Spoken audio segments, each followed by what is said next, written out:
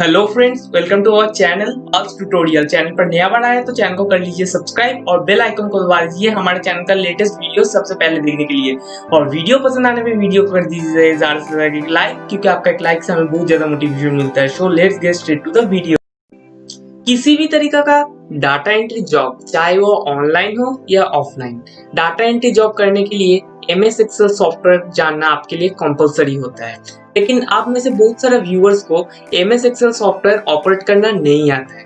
तो आज इस वीडियो में हम लोग फुल एक्सेल सॉफ्टवेयर के बारे में डिस्कस करेंगे। तो इस वीडियो का part 1, part 2, part 3, part 4 part में टोटल आएगा। ये 4 पार्ट देखने के बाद आपका एक्सेल के ऊपर सारा कंफ्यूजन चला जाएगा। तो वीडियो का पार्ट 1 है, तो वीडियो को स्टार्ट करते हैं। So friends, Excel is a spreadsheet application software. It developed by Microsoft Corporations. Excel का जो फाइल होता है उनको बोला जाता है workbook. A workbook is a collection of worksheets and the worksheet is a collection of row and column. So friends, अभी हम लोग डेस्कटॉप का स्क्रीन में आ चुके हैं। तो एक्सेल सॉफ्टवेयर को ऑपरेट करने के लिए सबसे पहले एक्सेल सॉफ्टवेयर ओपन करना पड़ेगा। एक्सेल सॉफ्टवेयर ओपन करने के लिए आप दो तरीका आजमा सकते हैं। एक, आप यहाँ पे विंडोज मेनू में जाके स्टार्ट बटन में क्लिक करके भी यहाँ से सिंपली एक्सेल को ओपन कर सकते हैं। दूसरा तरीका है, आपको कीबोर्ड शॉर्टकट यूज करना है, window plus are button press करने के बाद ये आपके पास रन मेनू ओपन हो जाएगा। यहाँ पे जाके टाइप करना है एक्सेल, EXCEEL एंड एंटर देने के बाद एक्सेल का सॉफ्टवेयर ओपन हो जाएगा। एक्सेल सॉफ्टवेयर ओपन होने के बाद आपको कुछ ऐसा इंटरफेस शो होगा। ऊपर यहाँ पे ब्लैंक डॉक्यूमेंट शो हो रहा है और बहुत सारा फॉर्मेट शो हो रहा है, और नीचे आपका रिसेंट एक्सेल का वर्क फाइल शो हो रहा है। तो सबसे पहले आपको ब्लैंक डॉक्यूमेंट ओपन कर लेना है, तो इस पर क्लिक करना है सिंपली। तो ब्लैंक डॉक्यूमेंट ओपन करने के बाद ही आपके पास ऐसा स्प्रेडशीट टाइप का एक इंटरफेस ओपन हो जाएगा। तो यहाँ पे छोटा छोटा आपको सेल नजर आ रहा है। यहाँ पे हॉरिजॉन्टली जो लाइन्स हो रहा है इसको बोला जाता है रोज, एंड वर्टिकली जो लाइन शो हो रहा है को बोला जाता है column. Number of rows in Excel 10,48,576 and number of column in Excel 16,384। तो यहाँ पे सेल आपको छोटा छोटा नजर आ रहा है, तो इन सेल को छोटा बड़ा कर जाए। तो इसको बड़ा करने के लिए आपको दो तरीका आजमा सकते हैं। एक, कंट्रोल, अपना कीबोर्ड में कंट्रोल बटन को प्रेस करना है एंड माउस का स्क्रॉल बार को अप करने से ये बड़ा होगा एंड डाउन करने से ये छोटा होगा। इसको आप मिनिमम 10% में रख सकते हैं एंड मैक्सिमम इसका साइज 400% रख सकते हैं। तो इसके बाद नेक्स्ट आता है, ऊपर यहाँ पे एक बार शो हो रहा है, तो this is called formula bar. मतलब एक्सेल में आप कुछ भी फॉर्मूला जब टाइप करेंगे तो वो फॉर्मूला हमेशा फॉर्मूला बार में शो होगा। नेक्स्ट आता है यहाँ पे सेल एड्रेस बार।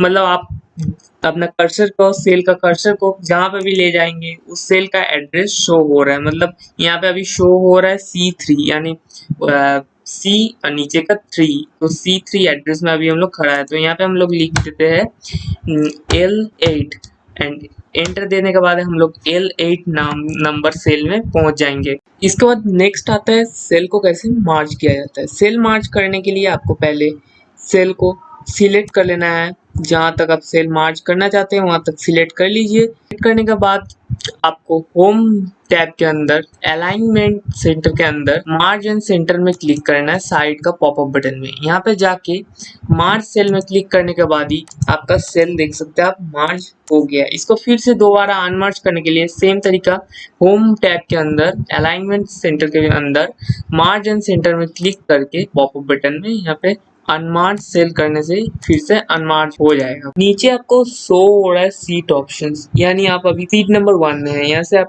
दूसरा सीट भी ले सकते हैं। दूसरा सीट लेने के लिए आपको जस्ट इस प्लस आइकन में क्लिक करना है, तो ये दूसरा सीट प्लस आइकन, चौथा सीट ऐसे कर सकते हो। सीट्स को डिलीट करने के लिए आपको बस यहाँ पे राइट क्लिक करना है। राइट क्लिक करके डिलीट करने से सीट्स डिलीट हो जाएगा। तो नेक्स्ट आता है फिल सीरीज ऑप्शन।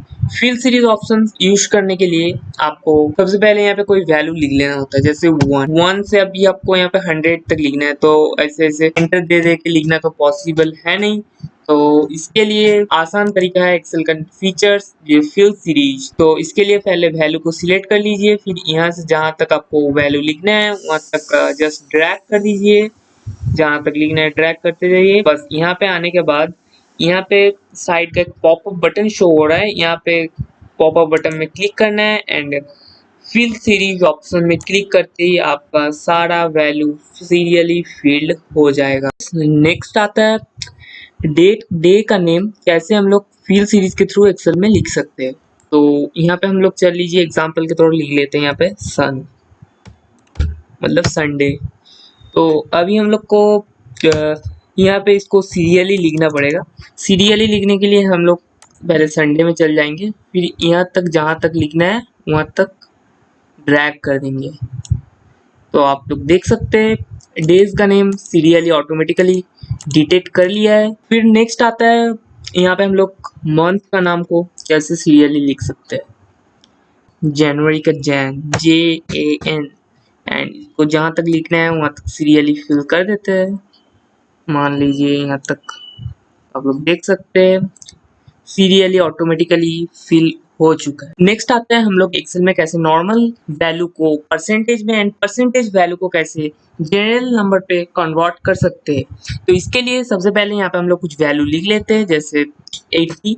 80 को अभी हम लोग परसेंटेज में कन्वर्ट करने वाले हैं। परसेंटेज में कन्वर्ट करने के लिए सबसे पहले आपको वैल्यू को सिलेक्ट कर लेना है एंड यहाँ पे होम टैब के अंदर नंबर ऑप्शन के अंदर आपको जनरल का ऑप्शन शो हो रहा है, इसके साइड में एक पॉपअप बटन शो हो रहा है, यहाँ पे आपको क्लिक करना है एंड यहाँ पे general number, currency, accounting, short and date, long date, time, percentage of fraction, scientific, बहुत सारा ऑप्शन शो हो रहा है। तो इसको परसेंटेज में कन्वर्ट करने के लिए हम लोग यहाँ पे परसेंटेज में क्लिक करेंगे। आप देख सकते हैं यहाँ परसेंटेज में कन्वर्ट हो चुका है।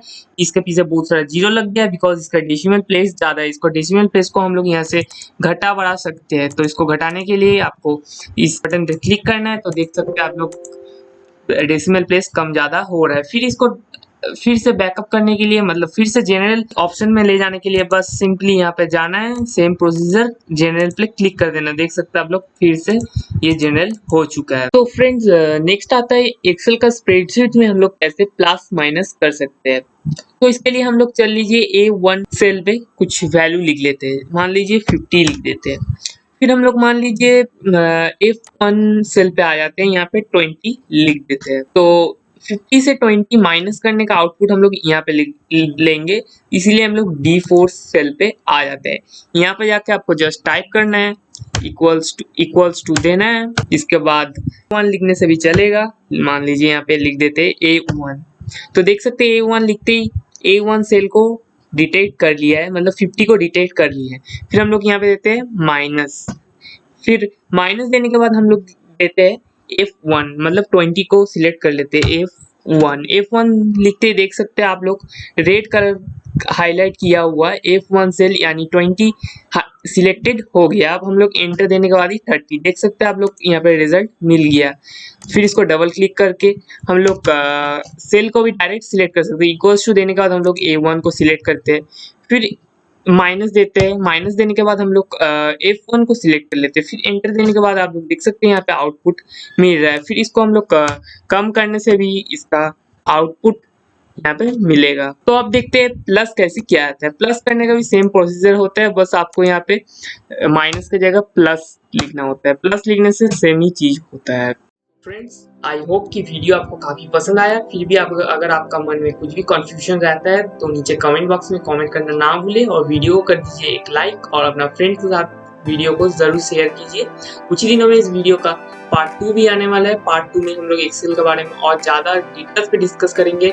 सेकेंड पार्ट मिस ना करने के लिए हमारे चैनल को अभी सब्सक्राइब कर लीजिए। सो आज के लिए बस इतना ही, तब तक के लिए